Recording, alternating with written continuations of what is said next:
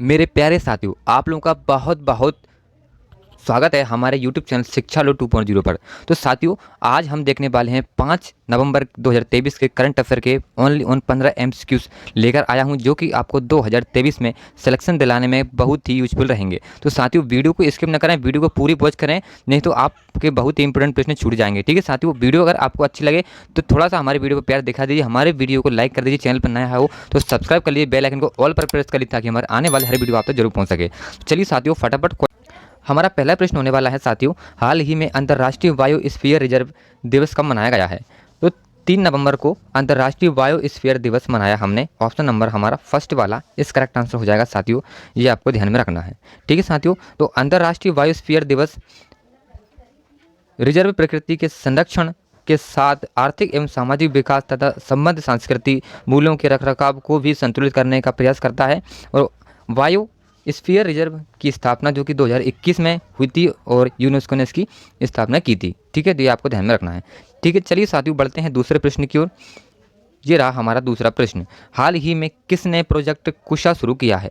तो प्रोजेक्ट कुशा शुरू किया हमारे DRDO ने। ऑप्शन नंबर हमारा तीसरा वाला इस करेक्ट आंसर हो जाएगा साथियों, ये आपको ध्यान में रखना है। ठीक है साथियों, DRDO इसकी फुल फॉर्म होती है हमारी defence research and development organisation. ठीक है, ये आपको अपनी फिर कॉपी में नोट कर लेना साथियों। एक रक्षा अनुसंधान एवं विकास केंद्र है जो रक्षा तकनीकों, प्रणालियों, उत्पादों को विकसित करता है जो भारतीय सशस्त्र बलों के लिए आवश्यक है। ठीक है साथियों, चलिए बढ़ते हैं तीसरे प्रश्न की ओर। ये रहा हमारा तीसरा प्रश्न, हाल ही में किस राज्य में डॉक्टर पुनीत राजकुमार हृदय ज्योति योजना शुरू हुई है? तो डॉक्टर पुनीत राजकुमार हृदय ज्योति योजना शुरू हुई हमारी कर्नाटक में। ऑप्शन नंबर हमारा दूसरा वाला इस करेक्ट आंसर हो जाएगा साथियों, ये आपको ध्यान में रखना है। ठीक है साथियों, इस प्रश्न का आपने थंबनेल में देखा ही होगा। डॉक्टर पुनीत राजकुमार जी हमारे एक कन्नड़ अभिनेता थे जिनकी आयु 40 वर्ष की थी और उनकी हार्ट अटैक की वजह से उनकी जो कि मौत हो चुकी थी। हार्ट अटैक से पीड़ित लोगों की मदद करने के लिए सार्वजनिक स्थानों पर आपातकालीन उपकरण स्थापित करने के लिए जो कि डॉक्टर पुनीत राजकुमार जी ने हृदय ज्योति योजना शुरू की है। ठीक है, ये आपको ध्यान में रखना है। चलिए साथियों, बढ़ते हैं चौथे प्रश्न की ओर। ये रहा हमारा चौथा प्रश्न, हाल ही में भारत ने किस देश में S-400 मिसाइल स्क्वाड्रन खरीदे हैं? तो भारत ने हमारे रूस से S-400 मिसाइल स्क्वाड खरीदे हैं। तो ऑप्शन नंबर हमारा फर्स्ट वाला इस करेक्ट आंसर हो जाएगा साथियों, ये आपको ध्यान में रखना है। ठीक है साथियों, चलिए बढ़ते हैं हमारे पांचवें प्रश्न की ओर। साथियों, आप लोगों को अगर किसी प्रकार का डाउट होता है तो आप बेझिझक होकर हमारे कमेंट बॉक्स में कमेंट कर सकते हैं, हम आपके कमेंट का तुरंत रिप्लाई देने की कोशिश करेंगे। तो साथियों, हमारा पांचवा प्रश्न होने वाला है, हाल ही में किसे CBI के संयुक्त निदेशक के रूप में नियुक्त किया गया है? तो CBI के संयुक्त निदेशक के रूप में नियुक्त किया गया हमारे त्रिवेणी मधुकर जी को। ऑप्शन नंबर हमारा दूसरा वाला इस करेक्ट आंसर हो जाएगा साथियों, ये आपको ध्यान में रखना है। चलिए साथियों, बढ़ते हैं छठवें प्रश्न की ओर। ये रहा हमारा छठा प्रश्न, हाल ही में किस देश ने चीन के बेल्ट एंड रोड इनिशिएटिव से बाहर निकालने की घोषणा की है? ऑप्शन है फिलीपींस, नेपाल, पाकिस्तान या इनमें से कोई नहीं। तो इसका जो करेक्ट आंसर हो जाएगा फिलीपींस। ऑप्शन नंबर हमारा फर्स्ट वाला इस करेक्ट आंसर हो जाएगा साथियों, ये आपको ध्यान रखना है। ठीक है, फिलीपींस ने चीन के बेल्ट एंड रोड इनिशिएटिव की बाहर निकालने की घोषणा की है। चलिए बढ़ते हैं सातवें प्रश्न की ओर। ये रहा हमारा सातवां प्रश्न, हाल ही में प्रशासनिक और बजटीय प्रश्नों पर संयुक्त राष्ट्र सलाहकार समिति में सेवा देने के लिए किसे चुना गया है?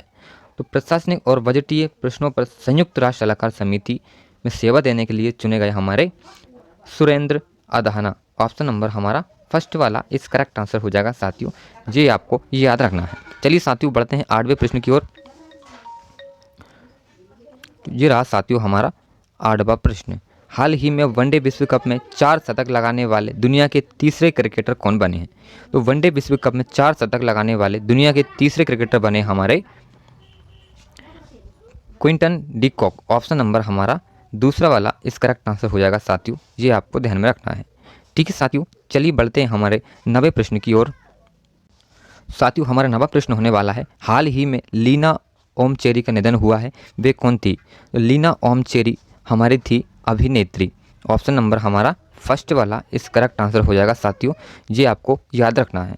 ठीक है साथियों, लीना ओमचेरी साथियों सॉरी इसका जो करेक्ट आंसर हो जाएगा हमारा तीसरा वाला, लेखिका थी हमारी लीना ओमचेरी जी लेखिका। ठीक है साथियों, इनकी जो 94 वर्ष की आयु में इनकी मृत्यु हो गई है। ठीक है साथियों, चलिए बढ़ते हैं हमारे 10वें प्रश्न की ओर। ये रहा हमारा 10वां प्रश्न। हाल ही में किसे आरबीआई ने कार्यकारी निदेशक के रूप में नियुक्त किया है? तो आरबीआई के कार्यकारी के रूप में नियुक्त किया गया हमारे मनोरंजन मिश्रा जी को। ऑप्शन नंबर हमारा तीसरा वाला इस करेक्ट आंसर हो जाएगा साथियों, ये आपको ध्यान में रखना है। ठीक है साथियों, तो अब बात करते हैं आरबीआई की। तो आरबीआई की स्थापना हमारी 1935 में हुई थी। ठीक है साथियों, और आरबीआई का हेडक्वार्टर हमारा कहाँ है? मुंबई में। और आरबीआई के गवर्नर कौन थे? शक्तिकांत दास। ठीक है, ये आपको ध्यान में रखना है। चलिए साथियों बढ़ते हैं हमारे 11वें प्रश्न की ओर। तो साथियों ये हमारा 11वां प्रश्न। ये साथियों ये हमारे कल के प्रश्न का उत्तर है जो कि हमारा छूट गया था।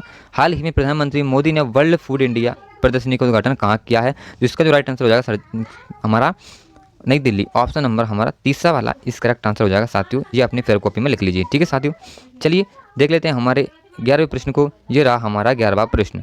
हाल ही में किस यूरोपीय देश ने 2024 से अपनी गोल्डन वीज़ा पहल को बंद करने की घोषणा की है? तो किस यूरोपीय देश ने 2024 में अपनी गोल्डन वीज़ा पहल को बंद करने की घोषणा की है? तो इसका जो राइट आंसर हो जाएगा हमारा नीदरलैंड। ऑप्शन नंबर तीसरा वाला इस करेक्ट आंसर हो जाएगा साथियों, ये आपको ध्यान में रखना है। चलिए साथियों बढ़ते हैं 12वें प्रश्न की ओर। ये रहा हमारा 12वां प्रश्न। हाल ही में किस राज्य में पारूमला पेरुनल उत्सव कहाँ मनाया गया है? तो पारूमला पेरुनल उत्सव मनाया गया है हमारे केरल में। ऑप्शन नंबर दूसरा वाला इस करेक्ट आंसर हो जाएगा साथियों, ये आपको याद रखना है। ठीक है साथियों, पारूमला पेरुनल उत्सव मनाया हमारे केरल में। ठीक है साथियों, चलिए बढ़ते हैं 13वें प्रश्न की ओर। ये रहा हमारा 13वां प्रश्न। हाल ही में किसे श्री सोमनाथ ट्रस्ट के अध्यक्ष के रूप में चुना गया है? तो श्री सोमनाथ ट्रस्ट के रूप में चुने गए हैं हमारे नरेंद्र मोदी जी। ऑप्शन नंबर हमारा तीसरा वाला इस करेक्ट आंसर हो जाएगा, ये आपको याद रखना है। ठीक है साथियों, चलिए बढ़ते हैं 14वें प्रश्न की ओर।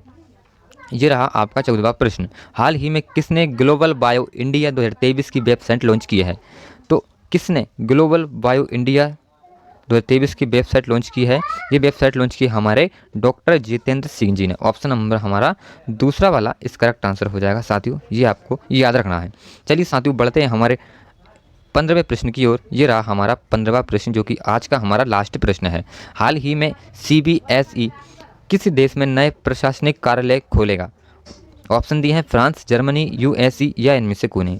तो CBSE जो कि हमारा प्रशासनिक कार्यालय खोलेगा USA में। ऑप्शन नंबर हमारा तीसरा वाला इस करेक्ट आंसर हो जाएगा साथियों, ये आपको ध्यान में रखना है। ठीक है साथियों, USA की फुल फॉर्म है हमारी यूनाइटेड स्टॉक एक्सचेंज। ठीक है, ये आपको ध्यान रखना है। ठीक है साथियों, तो साथियों आज हमारे 5 नवंबर 2023 के करंट अफेयर के 15 प्रश्न लेकर आए थे आपके लिए, जो कि यहीं पर समाप्त होते हैं। तो आपको हमारे वीडियो और हमारे प्रश्न कैसे लगे, अच्छे लगे हो तो एक लाइक कर दीजिए। चैनल पर नए आए हो, ऐसे डेली हमारे करंट अफेयर वीडियो को देखना चाहते हो तो हमारे सब्सक्राइब कर लीजिए चैनल को, और एक अपने डाउट को क्लियर करने के लिए कमेंट जरूर करें, ये ना भूलें। ठीक है साथियों, चलिए मिलते हैं करंट अफेयर वीडियो के साथ, तब तक के लिए टेक केयर, बाय बाय, जय हिंद, वंदे मातरम।